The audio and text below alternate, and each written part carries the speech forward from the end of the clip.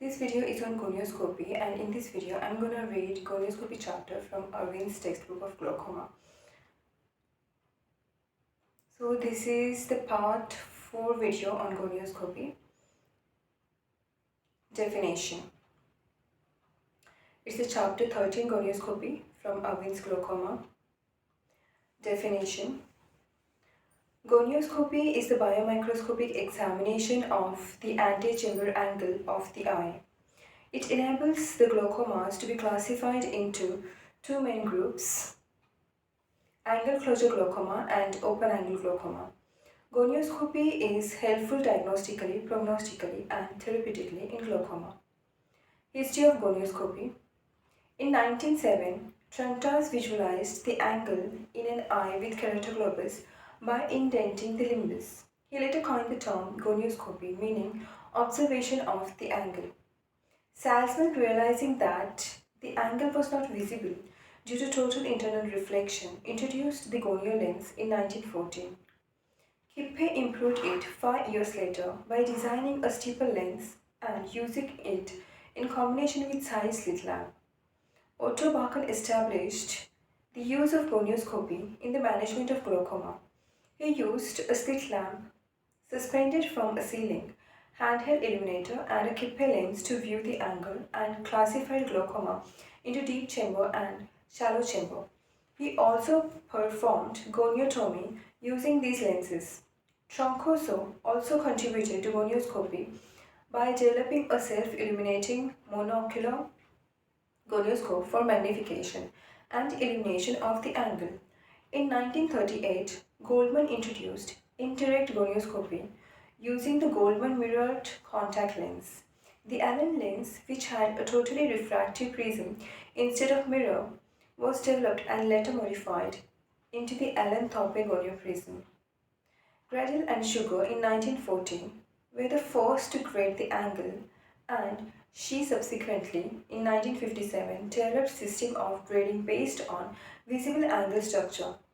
The popular Schaffer technique was developed in 1960 and further modified by Speth in 1971. Optical principles.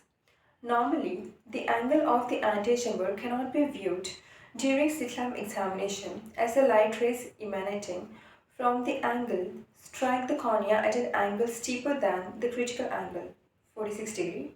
Critical angle for cornea and air interface is 46 degree, and are refracted back into the eye due to total internal reflection. The solution to this problem is to eliminate the cornea optically. This can be done by using gonioscopy lenses, which are designed to overcome the total internal reflection and exceed the critical angle by altering the cornea-air fluid interface. These include direct gonio lenses. In direct gonioscopy, the anterior curve of the contact lens, gonio lens, is such that the critical angle is not reached, means it is steeper than the antisurface of the cornea, and the light rays are refracted at the contact lens air interface. The Kippe lens is the prototype diagnostic gonio lens and is available in different diameters and radii of posterior curvature. A gonioscope or handheld biomicroscope provides 15 angstrom to 20 angstrom magnification. It may be handheld or suspended from the ceiling with a counterbalance or on an elastic belt. The light source is usually a separate handheld unit, such as the Bachen focal illuminator, although it may be attached to the gonioscope. Direct gonioscopy is performed with a patient in a supine position, preferably on a movable diagnostic table or chair, after applying a topical anesthetic. The gonio lens is positioned on the cornea using a breech or balanced salt solution, a viscous preparation such as methyl cellulose or the patient's own tears. The examiner usually holds the gonioscope in one hand and a light source in the other hand. Occasionally, an assistant may be needed to move the gonio lens to a desired position. Alternatively, a gonioscope with mounted light source may be used, which allows the examiner to control the gonio lens with the other hand. In either case, The examiner scans the antechamber angle by shifting his or her position until all 360 degrees have been studied. Indirect gonio lens. In indirect gonioscopy, the light rays are reflected by a mirror in the gonio lens and leave the lens at nearly at right angle to the contact lens air interface. These are more popular because they can be used to understand examination circumstances with the patient sitting at the slit lamp. They can further be of two types: those whose surface is slightly larger than the cornea and that require a gonioscopic coupling gel, for example Goldman lens, figures 4a and b. Those whose surface is smaller than the cornea and that use the patient's tear film as a coupling agent, for example Zeiss or Sussman 4-mirror lens, figures 4c to e. The Goldman single mirror lens is the prototype. The mirror in this lens has a height of 12 mm and tilt of 62 degrees from the planar front surface. The central well has a diameter of 12 mm and a posterior radius of curvature of 7.38 mm. A Goldman 3-mirror lens has two mirrors for examination of the fundus and one for the anterior chamber angle, which is tilted at 59 degrees. The posterior radius of curvature of both standard Goldman diagnostic gonioprisms is such that a viscous material must use to fill the space between cornea and lens. However, a modified Goldman type lens has been developed with an 8.4 mm radius of curvature, which eliminates the need for a viscous bridge. Goldman type lenses have also modified with anti-reflection coating for use with laser trabeculoplasty. In the Zeiss 4-mirror lens, all 4 mirrors are tilted at 64 degrees for evaluation of the angle, thereby eliminating the need to rotate the lens. We don't need to rotate the lens because the mirrors are tilted 64 degrees, so entire 360-degree view of the antechamber angle is covered at this angle in Zeiss 4-mirror lens. The original 4-mirror lens is mounted on a holding fork holder, while newer models have permanently attaching holding rod Posner lens or are held directly Sussman lens. An adjustable slit lamp mount has also been developed for the Zeiss 4-mirror gonioprism. The posterior curvature of each of these 4-mirror lenses is similar to that of the cornea, which allows the patient's own tears to be used as the fluid bridge. The mirrored arrangement of both these types of lenses causes the observed image of the angle to be reversed but not crossed. In other words, that which is seen in the mirror is 180 degrees away, but its detail is not altered with respect to right and left. Means it is upside down, but the sides are not different. Means superior is seen as inferior, nasal, temporal is seen nasally. Then suppose if we are looking at the superior mirror, okay, then it is the inferior angle that is reflected in the superior mirror. So like that it is. The other important adjustment the novice gonioscopist need master is to apply the absolute minimum amount of pressure of the contact lens on the cornea, especially while maneuvering the slit lamp beam and the lens to maximize visualization. Cleaning of diagnostic contact lenses. Any instrument that contacts the eye creates a potential hazard of transmitting bacterial and viral infection.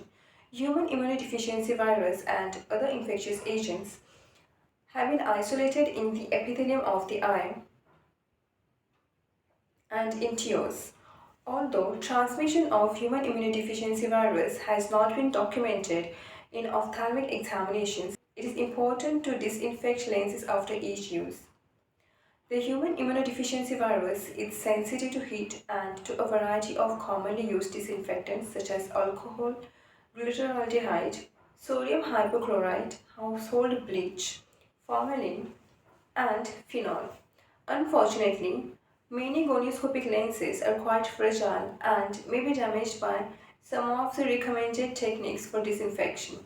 In 1988, the American Academy of Ophthalmology, the National Society to Prevent Blindness, and the Contact Lens Association of Ophthalmologists jointly issued guidelines for disinfection. They suggested inverting the contact lens and wiping the surface with an alcohol sponge. For added protection, the lens can be inverted and the concave contact area filled with a solution of 1:10 household bleach, which is left for 5 minutes and then rinsed off with water. American Academy of Ophthalmology, 1989. Some manufacturers recommend soaking lenses in 2% glutaraldehyde or dilute 1:10 household bleach. Ocular instruments. Value, Washington. I don't know the pronunciation. Value. I don't know. Most lenses can be gas sterilized and some glass lenses can be autoclaved. With all lenses, the manufacturer's instructions for disinfection should be followed to prevent damage to the lens. Technique of gonioscopic examination. Clinical application of gonioscopy. Before I proceed, I would like to cover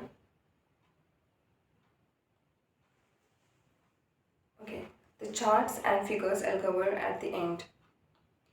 Techniques of gonioscopic examination. Clinical application of gonioscopy.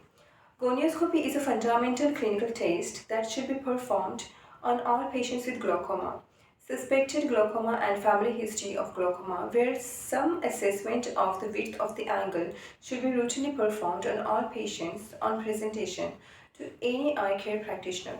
Gonioscopy is part of comprehensive eye examination. The examination should specifically aim to identify anatomical characteristics and pathological phenomena that are associated with an increased risk of glaucoma, for example, iridotrabecular contact, angle closure, pigment deposition, pigment dispersion and exfoliation syndromes, trauma, angle closure, uveitis, neovascularization, angle recession, and other pathologies such as iris and ciliary body tumors or foreign bodies. Note, it is important to emphasize the dynamic nature of angle anatomy and particularly that lighting, posture, autonomic function, and systemic medication can all affect angle configuration. Which things? Lighting, pupil size, posture, autonomic function, systemic medication can all affect angle configuration. For accurate assessment of the risk of angle closure, all examinations must be carried out in the dark as even small amounts of extraneous illumination can influence angle width. It is important to remember that an eye's gonioscopic status is not static and determined in perpetuity by a single baseline examination. Long-term dynamic factors such as lens changes, medication effects, aging, and disease processes make periodic gonioscopy an important feature of appropriate glaucoma management. Why gonioscopy? Gonioscopy is an essential component of ocular examination because primary open-angle glaucoma is ultimately a diagnosis of exclusion.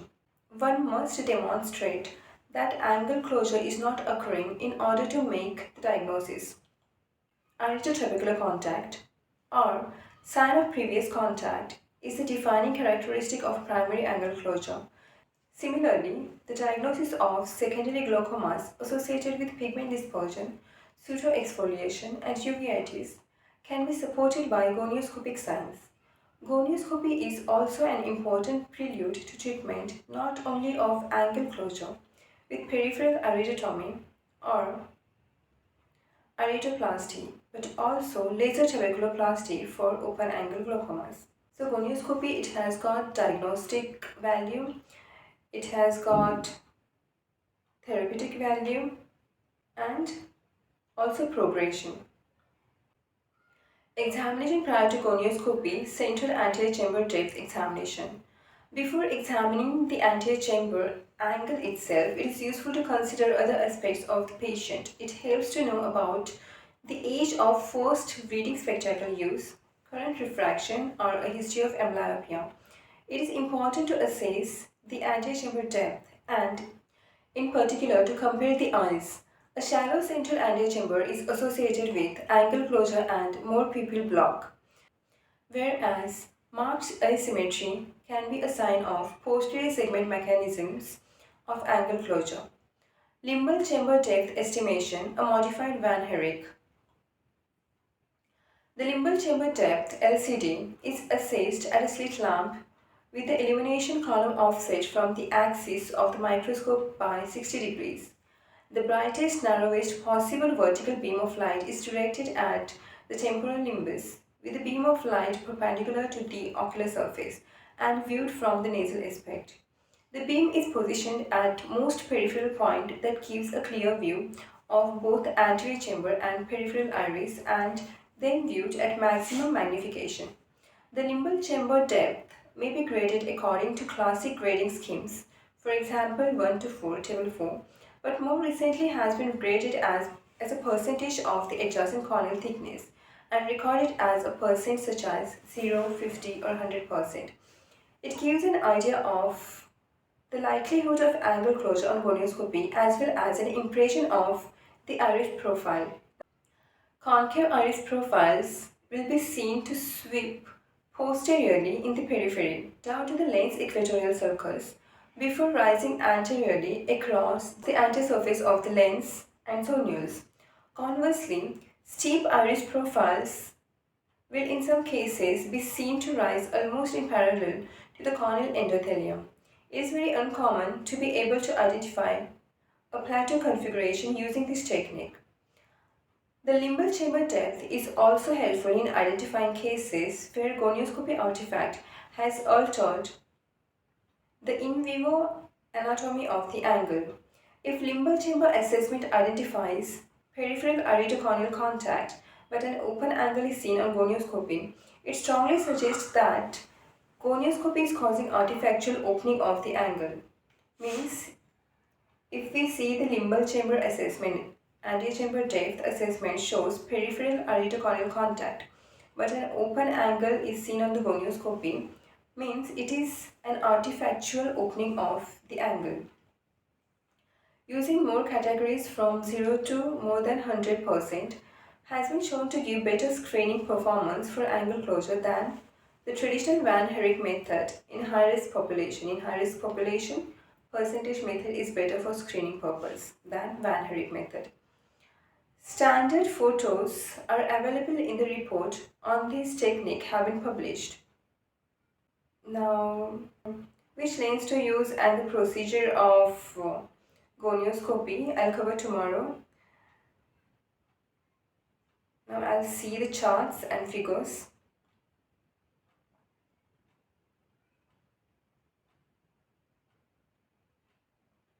Figure 1.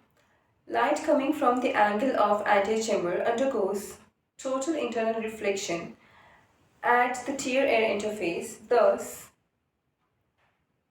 the angle cannot be visualized directly.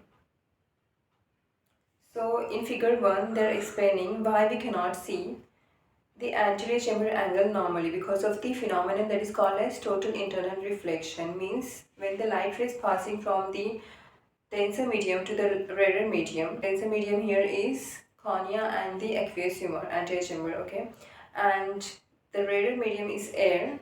So when the light tries to pass from the denser medium to the rarer medium, and if the angle of incidence exceeds the critical angle for that pair of denser and rarer medium, if it exceeds that, then the light rays, instead of going or getting refracted into the rarer medium, that is air here, it gets reflected back into the denser medium, and here it is cornea and aqueous humor, anterior chamber itself. So figure 1 is showing why we cannot see the anterior chamber angle normally. It is because of the total internal reflection. And what is critical angle? It is the angle of incidence for which the angle of refraction is 90 degree. When the light is passing from the denser medium to the rarer medium. And for cornea air interface or cornea tear film and air interface, it is 46 degree. So angle of incidence should not be more than 46 degrees, which normally is, to visualize the antechamber angle. Figure 2, direct gonioscopy performed with a step concave lens which permits light from the angle to exit the eye closer to the perpendicular at lens air interface. So in figure 2 they are explaining the principle of direct gonioscopy. So we have to, now here the angle, critical angle is not altered. The refractive index of the contact lens and the cornea is same. And that's why at the cornea and the lens interface, the light rays are not refracted. Okay, the refraction or reflection is not occurring at the cornea and lens interface. And even the bridging substance that is required, be it balanced salt solution or be it viscoelastic substance, they have the similar refractive index, and that's why there is minimal or no refraction occurring at the cornea and the lens interface in both direct and indirect gonioscopy. But in direct gonioscopy, what happens? There is no mirror, and the anterior curvature to decrease the angle of incidence, at the air and the contact lens interface, the anterior curvature of the direct contact lens, direct gonioscopy lens, the anterior curvature is steeper than the cornea, means it is more convex. More convex, so that the angle of incidence is reduced than the critical angle. So the light rays are refracted into the rarer medium. Here it is air. So we can see the angle. It can reach the examiner's eye. So direct gonioscopy principle is that it reduces the angle of incidence than the critical angle. Here the critical angle is same, 46 degree. Everywhere in direct and indirect gonioscopy, there is no alteration in the critical angle. There is alteration in the angle of incidence here by using more curved anterior curvature of the contact lens. It is steeper, means more convex. Indirect gonioscopy. Now in figure 3, they have explained the principle of indirect gonioscopy. Uses mirrors or prisms to overcome the problem of total internal reflection. Now, indirect gonio lens, it has got the prism, or we can see the mirror. So when the light rays passing from the angle, they are not reflected at the cornea and the lens interface, and they are incident on the mirror and are reflected perpendicular to the contact lens and the air interface, and can reach the examiner's eye to see the antechamber angle. So that was all about the principle of gonioscopy, direct and indirect gonioscopy, and the reason why we cannot see the antechamber angle normally. Now table 1, indirect gonioscopic lenses, Goldman single mirror, mirror inclined at 62 degree, Goldman 3 mirror, mirror for gonioscopy is at 59 degree, size 4 mirror, mirrors inclined at 64 degree, requires a holder under. Posner 4 mirror, modified size with attached handle. Sussman 4 mirror, finger handheld size type. Thorpe 4 mirror, 4 mirrors inclined at 62 degrees. Requires fluid bridge, reach tuberculoplasty lens, 2 mirrors at 59 degree and 2 at 62 degree with convex lens over 2.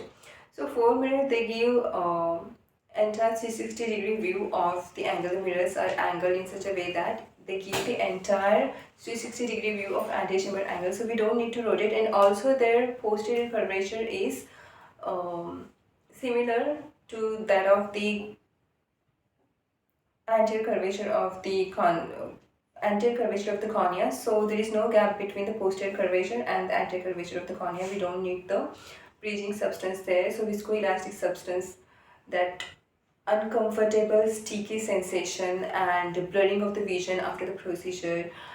Also while rotating, it causes discomfort to the patient when we rotate the lens. So these three things are eliminated when we use the 4 mirror lenses. And also we can do the intentional gonioscopy, that is pressing, because they have the smaller contact of area between the cornea and the lens relatively as compared to the direct, because if it is larger as like seen in the direct gonioscopy or with single mirror lenses, the contact area between the cornea and the contact lens is more, so the pressure on the cornea with the contact lens, be it direct or be it indirect with single mirror Goldman lenses, what happens, they have the large surface area of the contact, so on pressing the cornea they cause distortion of the anterior chamber angle structures. Okay, they cause the distortion of the angle structure, so distortion of the view of the angle.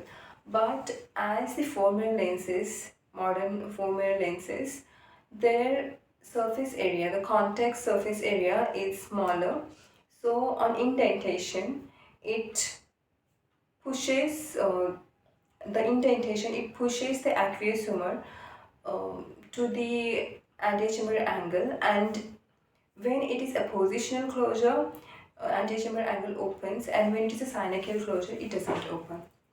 So to differentiate between synachial, if there is iridotrabecular contact, whether it's synachial or whether it is oppositional, we can differentiate it using the indentational gonioscopy while doing indirect gonioscopy with four mirrors.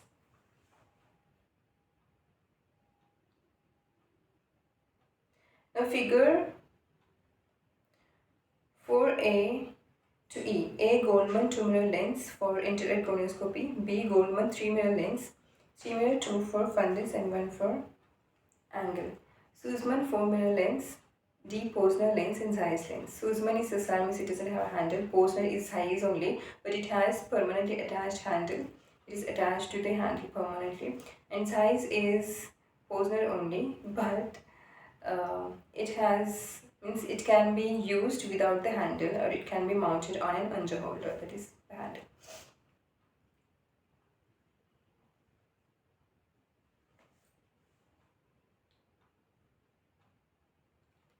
Table 2, guidelines by American Academy of Ophthalmology to disinfect the lenses, gonioscopic lenses. Invert the contact lens. Wipe the lens with alcohol sponge. Fill concave area with 1:10 solution of household bleach. Leave for 5 minutes. Rinse with water. Some manufacturers also recommend 2% glutaraldehyde. Most lenses can be gas sterilized, and some glass lenses can be autoclaved. Usually when the lens it comes with that manual, with that paper manual, and on that the sterilization procedure for each kind of lenses it is given there, so we have to follow that. So guidelines by American Academy of Ophthalmology, we can use the alcohol sponge, alcohol, household bleach diluted 1:10, and 2% glutaraldehyde can be used, and most lenses can be gas sterilized and glass lenses can be autoclaved. Gas sterilization, autoclaving, alcohol, glutaraldehyde and household bleach diluted 1:10. Leave for 5 minutes for alcohol and household bleach, and rinse with water, because alcohol and these chemicals can cause abrasions on the corneal epithelium. They can damage the corneal epithelium. Uses of gonioscopy: diagnostic and therapeutic. Diagnostic: visualization of anterior chamber angle in eyes with narrow peripheral anterior chamber depth, in eyes with clinical or historical evidence of angle closure, for classification of the glaucoma, family history of the glaucoma. Diagnosis of the glaucoma and classification of the glaucoma. Glaucoma suspects: to note the presence and extent of neovascularization, to assess angle recession, evidence of inflammation, extent of tumors, degenerative or developmental anomaly, planning management. Gonioscopy is a part of comprehensive eye examination. Now, therapeutic uses of gonioscopy: argon laser trabeculoplasty, laser goniopuncture after NPGS, reopening of trabecular ostium, laser trabeculoplasty, laser goniotomy, and cyclophotoablation. These topics I'll cover after gonioscopy. Table 4, Van Herk estimate of angle width from anterior chamber depth at the periphery, grade 4, 3, 2, 1. Slit angle and closed angle. Grade 4 is open. Now the depth is Now, how the depth is assessed? Anterior chamber depth is compared with the corneal thickness, and it is similar in grade 4. Grade 3 is anterior chamber depth is anterior chamber depth equals to 1/4 to half of corneal thickness. Grade 2, anterior chamber depth equals to 1/4 of the corneal thickness. Grade 1 is anterior chamber depth equals to less than 1/4 of the corneal thickness. Slit angle means anterior chamber depth is slit-like. Closed angle, absent peripheral anterior chamber. Table 5, SEAGIG, Southeast Asia Glaucoma Interest Group. Guidelines for gonioscopy. Use a magnification of 20 to 25x, 10 to 25 times. Use a fairly short and narrow beam, 2 to 3 mm. Use a dark room. Pupillary constriction makes a narrow angle appear more open. The slit beam should not cross the pupillary margin. Now, anterior chamber depth, they have explained the grading of anterior chamber depth and the procedure also. I would like to add a very nice video at the end of this video about anterior chamber depth examination. Literally, certain things I myself didn't perform, or I have not seen anyone performing this kind of technique in my during my post graduation. I have not seen how to assess the anterior chamber depth by the other technique that she has mentioned in this video that I'm going to add at the end of this video. You should see that thing, and I really liked the way she's explaining the procedure of anterior chamber depth in a very soft and calm language, composed language, and she has explained it very nicely. I came to know another method to assess the anterior chamber depth at the slit lamp, and that is Smith's technique. I have never seen that technique. I have never seen anyone in my post-graduation or even during my FICO training, anyone using that technique to assess the anterior chamber depth. It's a Smith's technique. And I don't even know if our slit lamp in my post-graduation college or when I was taking the FICO, where I had my FICO training, I have never seen anyone doing that technique. So I don't even know such kind of calibration is present on the slit lamp. So when I join, I would like to see if such kind of calibration is present where I'm gonna work. I don't know where I'm gonna work, but I'm on the long-term video retina surgery fellowship. So during that time, I think I'm like a very decent and good institute where all the instruments are working nicely and properly, because at government, like the instruments, they don't work properly and there's a lot of politics also. So let it be. But I would like to perform this Smith's technique. I hope the consultants over there know because I have never heard any consultant asking me about or telling me about this technique. I myself, I even in other books, I didn't even come across with this technique in other books. I didn't read the entire standard books during my post-graduation. I just wanted to pass with average marks and just wanted to be back to something. So for sure you watch this video. I have really liked this video because I never knew that Smith's technique existed. So thank you so much for listening to me patiently. Good night, take care, and do watch this video on the technique of peripheral anterior chamber depth evaluation. Thank you so much. Good night.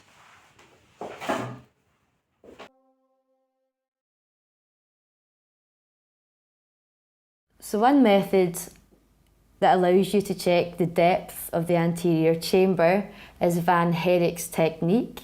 In order to perform Van Herrick's, the observation and illumination systems have to be separated by exactly 60 degrees and locked into place. Use a narrow beam placed exactly at the limbus, and essentially you are comparing the thickness of the section of the cornea with the dark band of anterior chamber exactly adjacent to it. You ignore the iris band and you are comparing the thickness of the cornea to the thickness of the anterior chamber. For a grade 4 or a wide open angle, you expect the ratio to be 1:1. It is easier to measure the anterior chamber angle depth using Van Herrichs temporally, but some argue it's very important to also measure it nasally, as it tends to be slightly narrower nasally. The narrower the chamber is, the less likely you are to dilate the pupil. So it's important, if someone's anterior chamber angle is narrow, that you check it both temporally and nasally. You have to be careful of the nose when you're measuring nasally. So just always check before you swing the illumination system round that you're not going to hit the patient's nose. And again, you're locking it at 60 degrees and you're placing the beam at the limbus. If you are aware that your patient's nose is obstructing the illumination system, you are able to ask your patient to rotate the head round while still looking straight ahead, like so. And again, placing the beam at the limbus.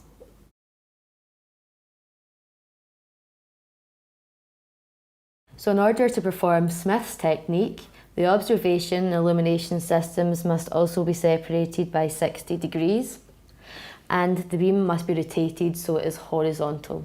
Then what you will do is place the beam horizontally across the cornea. You start with a short beam and you will see a brighter beam which is placed on the anterior cornea, the epithelial surface, and then a duller image which is placed on the surface of the anterior crystalline lens. What you're doing is using the slit height, so you're gradually increasing the slit height until the two beams just appear to touch. At that point, you then take a reading from the graticule and you multiply the reading from the graticule by a constant correction factor of 1.4.